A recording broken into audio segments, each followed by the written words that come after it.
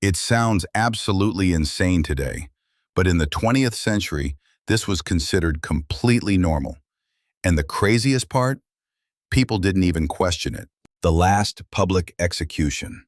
In August 1936, 20,000 people crowded into a field in Kentucky to watch something that today would sound insane. A public execution. A man convicted of murder was sentenced to hang, and instead of being carried out quietly in prison, it was turned into a public spectacle. Vendors sold food. Families brought their children. People climbed trees and telephone poles to get a better view. When the trap door opened and the man dropped, the crowd roared like it was a sporting event.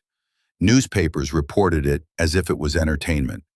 That day, the governor of Kentucky was so horrified by the carnival-like atmosphere that he banned public executions forever. But for a moment in 20th century America, death was a community event. Eugenics and forced sterilizations. Here's a dark chapter of American history most people don't talk about.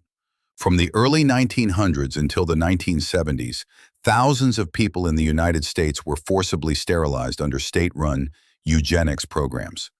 Who were the targets? Poor people, prisoners, immigrants, people with disabilities, and women, often without their knowledge or consent. Officials claimed they were preventing unfit people from having children to improve society's genetics. Some states even made sterilization part of prison sentences.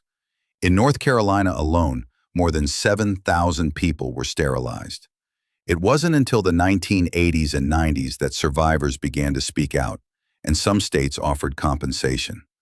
But for decades, this wasn't a secret experiment. It was official U.S. policy.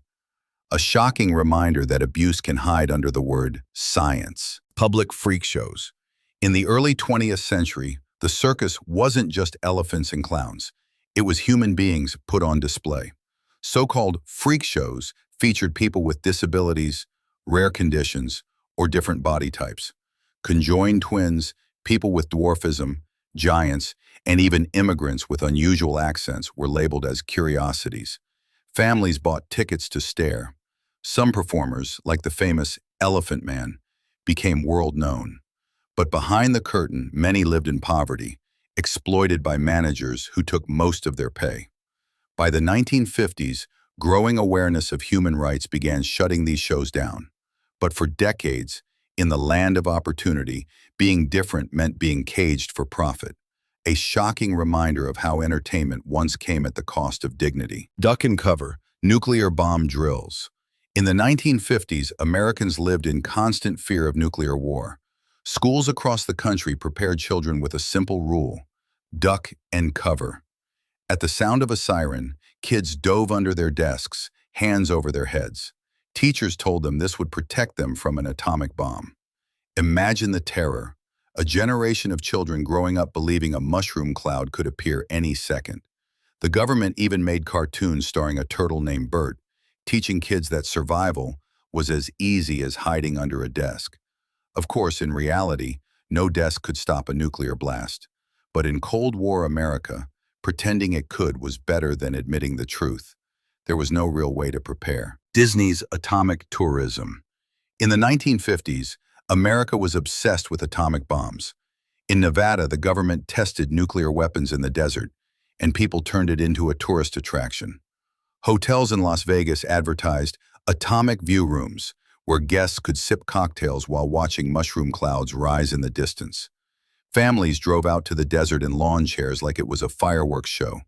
Businesses sold atomic hairdos and atomic cocktails. But what no one realized was that radioactive fallout was drifting across towns and farms.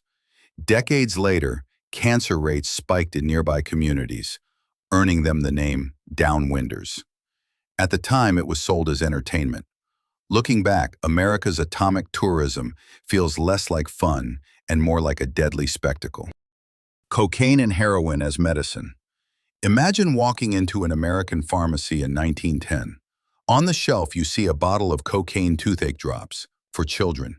Right next to it, a bottle of heroin cough syrup for adults.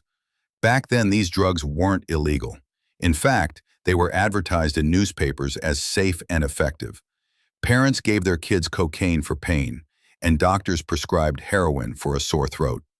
Coca-Cola itself originally contained real cocaine. It wasn't until thousands became addicted and overdoses skyrocketed that the U.S. government began banning these products in the 1920s. But for years, Americans trusted these dangerous substances because they came with labels that said, medicine. Children sent by mail. In the early 1900s, the U.S. Postal Service had a strange loophole. You could send almost anything by mail, as long as it weighed under 50 pounds. Some parents realized that included their children. Yes, you heard right. Families in rural America began mailing their kids to relatives across town. They pinned stamps to the child's coat, and a mailman, who often knew the family personally, would walk the child to their destination. In 1913, a couple in Ohio mailed their baby boy to his grandmother. The trip cost just 15 cents in postage. In another case, a 5-year-old was mailed 73 miles away, cheaper than buying a train ticket. It sounds unbelievable today, but back then, it was simply using the system. Eventually, the Postmaster General had to officially ban mailing human beings. But for a short time, in 20th century America, children really were delivered like packages. Baby cages in New York. In the 1930s, New York City parents had a strange solution for raising children in crowded apartments: baby cages. These wire cages were attached to the outside of apartment windows, sometimes 10 stories high. Parents placed their babies inside to give them fresh air and sunlight. Photos show infants casually napping in metal boxes, dangling above busy city streets. At the time, doctors even recommended it, believing outdoor air made babies healthier. To us, it looks like a nightmare waiting to happen.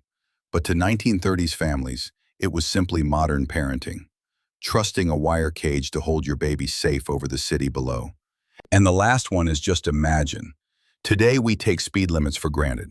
But in 20th century America, there were states where no limits existed at all. In places like Nevada and Montana, a driver could push the pedal to the floor. 100, 120, even 150 miles per hour, and it was completely legal. Politicians and car manufacturers defended this as a symbol of American freedom. They told people, a real citizen decides for himself how fast to drive. The government has no right to interfere. For many, it sounded patriotic, but in reality, it was chaos on the roads.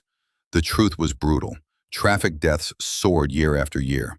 Tens of thousands of lives were lost annually. Families shattered. Cities buried their own, all because the illusion of freedom was placed above human life. Then in 1974, something changed. Not because of compassion, not because leaders suddenly cared about safety, but because of the oil crisis. Gasoline prices spiked, and the government needed a way to save fuel. Their solution? A nationwide maximum speed limit of 55 miles per hour. This law saved thousands of lives, but it also triggered outrage. Drivers called it an attack on freedom. People slapped bumper stickers on their cars mocking the rule, and in many rural areas, police often looked the other way. Only decades later did America fully realize how effective those limits were. Speed laws weren't about control, they were about survival. Today, it's almost impossible to imagine a highway without rules. But once, in America, that was reality. And the last one will shock you.